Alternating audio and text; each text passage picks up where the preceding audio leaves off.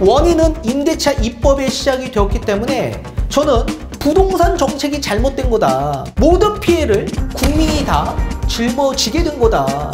이제 앞으로는 월세의 비중이 많이 늘어날 수 있을 겁니다. DSR을 도입할 경우. 네, 안녕하세요. 반갑습니다. 이경민의 부동산 하이킥의 이경민입니다. 자, 요즘 전세 사기 피해가 속출되면서 전세 대출에 따른 DSR을 도입해야 된다. 그리고 보증 비율을 낮춰야 된다라는 목소리가 커지고 있는 상황입니다. 혹여나 전세 대출에도 DSR을 도입할 경우에는 지금보다 훨씬 큰 초양극화 현상이 발생될 수밖에 없을 거고, 그 모든 피해는 임차인이 짊어질 수밖에 없을 겁니다. 이 근본적인 원인을 해결하기 위해서는 왜 전세 가격이 폭등하고 전세 갭 투자가 발생이 되면서 왜 매매 가격, 전세 가격 폭등이 유발됐는지, 그리고 전세 사기가 나오게 됐는지 그 원인부터 알아야만 합니다. 그 원인은 임대차 입법에 있다. 따라서 저는 임대차 입법을 반드시 폐지해야지만 이 근본적인 원인을 해결할 수 있다라고 보여집니다. 왜 그런지 뒤에 판소를 통해 다시 알려드리도록 하겠습니다. 자, 최근 전세 사기 피해가 속출하면서 문제의 근본적 해결을 위해 전세 대출 규제를 강화해야 한다라는 주장이 다시 주목받고 있다라고 합니다. 자, 문제의 근본적 해결은 전세 대출 규제를 강화하는 게 아니라 임대차 입법을 반드시 폐지해야 된다라는 저의 주장이 뒤에 판소를 통해 다시 알려드리도록 하겠습니다. 자, 임대인에게는 무이자 대출을, 임차인에게는 월세 부담을 낮춰준다라는 효과도 있는 반면에 집값 변동성을 키우고 하락기엔 깡통 전세 등 역효과가 현실해 보이는 이 보완이 필요하다라는 지적이 나오고 있다고 합니다. 이 깡통 전세가 왜 나왔는지를 우선 파악해야 되는데, 이 깡통 전세는 임대차 입법 때문에 나오게 되었다. 따라서 근본적인 원인은 임대차 입법에 있다라고 저는 보고 있는 겁니다. 자, 금융권에 따르면 지난해 9월 말 전세대출 잔액, 이걸 10년 전인 대비해서 무려 20배가 불어난 수치라고 합니다. 같은 기간 예금은행 주택담보대출 잔액이 약 2배 늘어난 것과 비교하면 증가 속도가 10배나 빠르다라고 지금 나와 있죠. 자, 그러면 전세 대출에 따른 비중이 급격하게 늘어난 이유가 뭘까요? 사람들은 월세를 기피하고 있기 때문에 그렇다. 임차인은 월세가 아닌 전세로 들어가기 원하기 때문에 전세 대출이 급증한 거죠. 따라서 월세로 들어가는 순간 임차인의 모든 부담은 더욱더 커질 수밖에 없을 겁니다. 그 모든 짐들은 임차인이 나중에 짊어지게 될 겁니다. 이처럼 전세대출 규모가 커질 수 있었던 데는 임대인, 임차인 모두에게 이득이 되었었기 때문에 그렇다. 자, 부동산 상승기 전세 가격이 매매 가격에 근접할 경우 임대인은 적은 돈으로 집을 사는 이른바 갭 투자가 가능해지고, 임차인 입장에서는 월세보다 낮은 금액에 주거 문제를 해결할 수 있고 매매에 따른 가격 변동성도 피할 수 있기 때문에 서로 윈윈했기 때문에 이렇게 전세대출 규모가 커졌다라고 보여지는데, 맞습니다. 월세보다 낮은 금액의 주거 문제를 해결할 수 있기 때문에 월세가 아닌 전세로 들어간 거다. 그런데 이제 앞으로는 월세의 비중이 많이 늘어날 수 있을 겁니다. DSR을 도입할 경우. 자, 전세 사기에서 증명하듯 과도한 전세 대출은 도구로 작용을 했습니다. 갭 투자로 인한 과도한 가계부채는 거시경제에 부담이 됐고, 최근과 같은 전세값 하락기에는 임대인이 보증금을 돌려주지 못하는 사태로 연결이 되었습니다. 특히 전세대출이 주택도시보증공사 등 보증기관을 통해 이루어지고 최대 보증비율이 100%여서 금융회사의 대출 심사가 느슨해지는 요인으로 작용을 했기 때문으로 보여지고 있다고 합니다. 자, 이렇다 보니 전세대출 보증비율을 낮춰야 한다라는 주장이 다시 설득력을 얻고 있는 상황이고, 또한 전세대출에 DSR 규제를 포함시켜야 된다라는 목소리도 커지고 있다고 합니다. 자, DSR의 규제의 원칙은 번 만큼 빌릴 수 있다 이거지만 전세대출은 계약 종료 이후에 임차인이 원금을 돌려받을 수 있다라는 이유 등으로 현재 제외된 상태입니다. 이에 한국은행은 지난해 금융안정보고서에 따라 전세대출이 일부 갭투자 자금으로 활용되면서 주택가격 상승 및 주택시장 변동성 확대 요인으로 작용해 온 점을 비춰볼 때 대출 목적에 따라 DSR 규제 등을 차등 적용하는 방안을 검토해 볼 필요가 있다라고 밝혔습니다. 또한 금융당국 관계자는 중장기적 관점에서 전세대출 제도 개편 필요성에는 공감한다면서 현재는 전세 사기 피해, 주택에 대한 경매 유예 등 피해자들의 주거권 보장에 전념하고 있다라고 말했다고 합니다. 자, 이렇게 지금 뉴스나 매스컴에서 다뤄드리는 이 피해 양상은 임대인이 유발시킨 거다라고 지금 비춰보고 있습니다. 과연 그럴까요? 저는 정부 정책에 모든 포커스를 맞춰야만 한다라고 보여집니다. 왜 그런지 뒤에 판소를 통해 다시 알려드리도록 하겠습니다. 자, 우선 전세 사기가 왜 발생이 되었는지를 파악해야지 근본적인 원인이 해결이 될 수 있을 겁니다. 이 전세 사기는 전세 가격이 폭등했기 때문에 일어난 현상이다.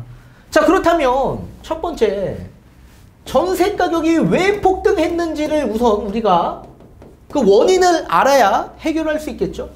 자, 전세 가격 폭등이 왜 일어났겠습니까? 간단하죠. 이유는 임대차 입법 도입한 이후에 전세 가격이 엄청나게 폭등을 했기 때문에 그렇다. 자, 2020년 7월 30일 이후부터 전세 가격이 어마무시하게 폭등을 했습니다. 왜 폭등을 했었을까요? 자, 계약갱신 청구권 요구로 인해서 원래 2년이었던 전세 계약이 갱신권 사용으로 인해서 4년을 임대를 할 수 있게끔 만들어졌습니다. 그뿐만 아니라 전월세 상한제 도입한 이후에 전세 임대료는 몇 퍼센트 올립니까? 5%밖에 인상을 못하더라. 자, 이렇게 도입된 이후에 전세 가격을 임대인 입장에서 미래의 전세 가격을 선반영시켜서 가격을 엄청나게 끌어올렸었죠. 왜 그렇게 전세 가격을 폭등시켰을까요? 이유는 간단하죠. 임대료 손실이 발생되었기 때문에 그렇다.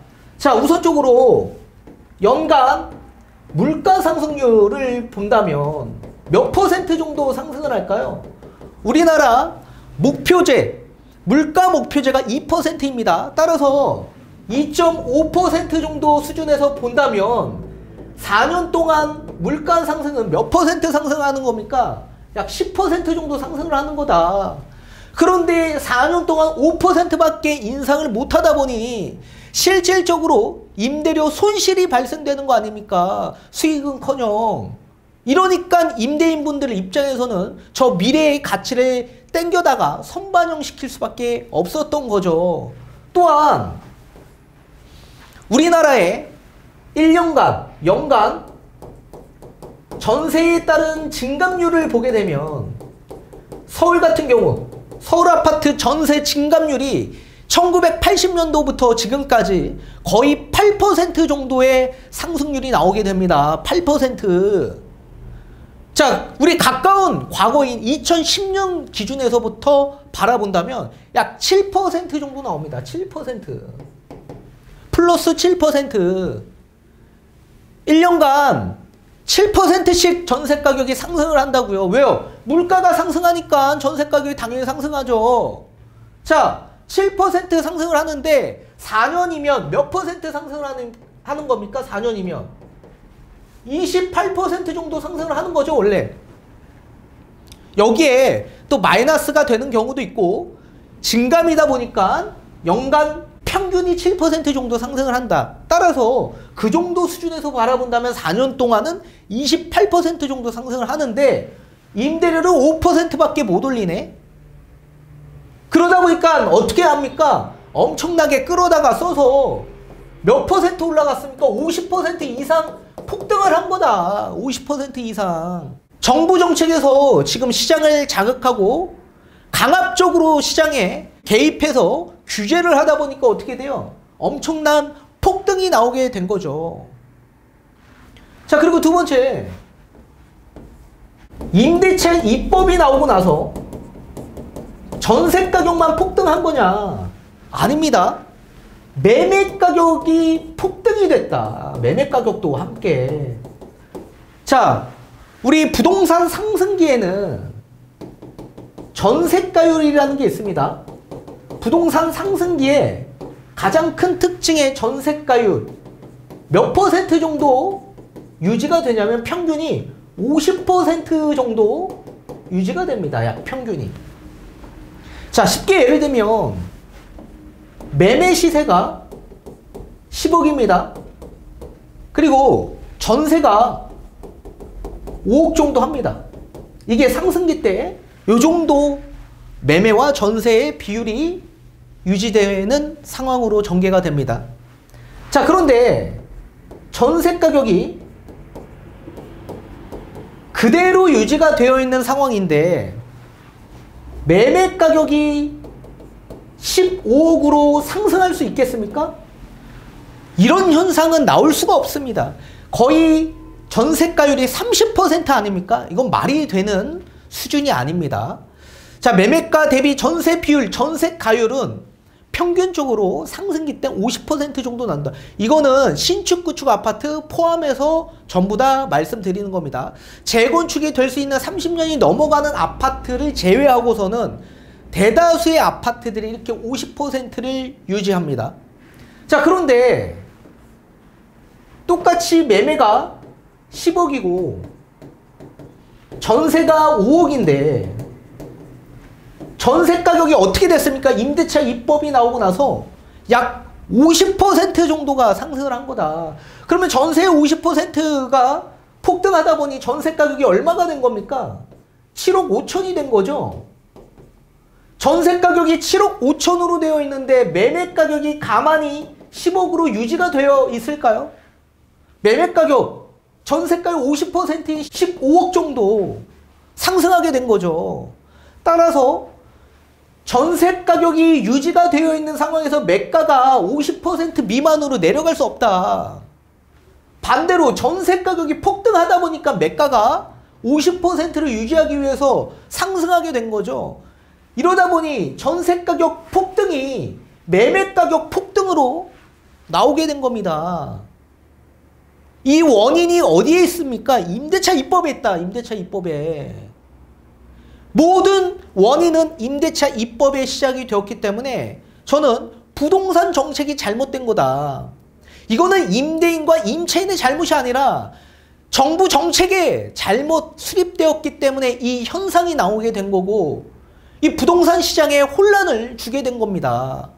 이러다 보니까 어떻게 해요? 비정상적으로 전세 가격이 폭등하고 매가가 폭등하니 시장이 흔들리는 순간에 매가와 전세가가 엄청난 큰 폭으로 하락하는 거 아닙니까? 결국엔 정부의 부동산 정책으로 인해서 모든 피해를 국민이 다 짊어지게 된 거다.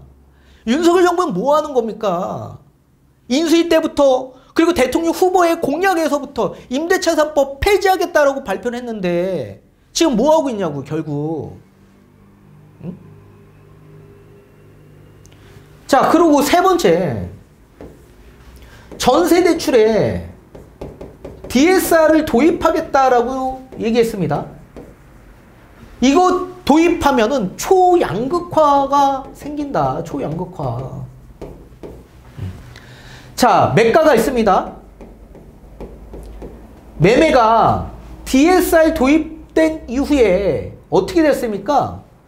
연소득이 적은 차주는 대출 한도가 적게 나올 수밖에 없다. DSR이라는 거 뭡니까? 총 부채의 원리금 상환 비율이죠. 연소득 대비해서 모든 대출의 원리금 상환 그 비율을 적용합니다. 40%. 그럼 앞으로 연소득이 많지 않을 경우에는 대출을 받고 싶어도 대출 한도가 나오지 않아 내 집 마련을 못하는 그런 현상이 발생이 되죠. 따라서 매매를 하지 못하는 수요층들은 어떻게 돼요? 어쩔 수 없이 전세 시장으로 들어갈 수밖에 없죠.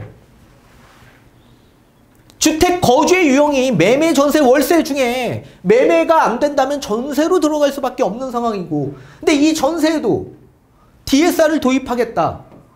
그러면 똑같이 전세에서도 연소득이 적은 분들은 대출 한도가 적을 수밖에 없는 거 아닙니까? 그러면 전세로 들어가고 싶다라고 하더라도 전세로 들어가지 못하는, 그럼 결국에 이분들이 어디로 가겠습니까? 월세 시장으로 들어갈 수밖에 없죠. 앞전에 우리가 기사에서 본 거와 같이 10년 동안 전세 대출에 대한 비중이 10배가 늘어났다고 하지 않았습니까? 왜 이렇게 10배나 늘어났습니까? 모든 수요는 월세가 아닌 전세 시장으로 들어가기 원하기 때문에 대출을 받는 거 아닙니까? 월세 시장으로 가면 부담이 크니까. 응? 자, 만약에 부동산 시장에서도 부동산이 하락합니다. 부동산이 하락하면 어떻게 될까요?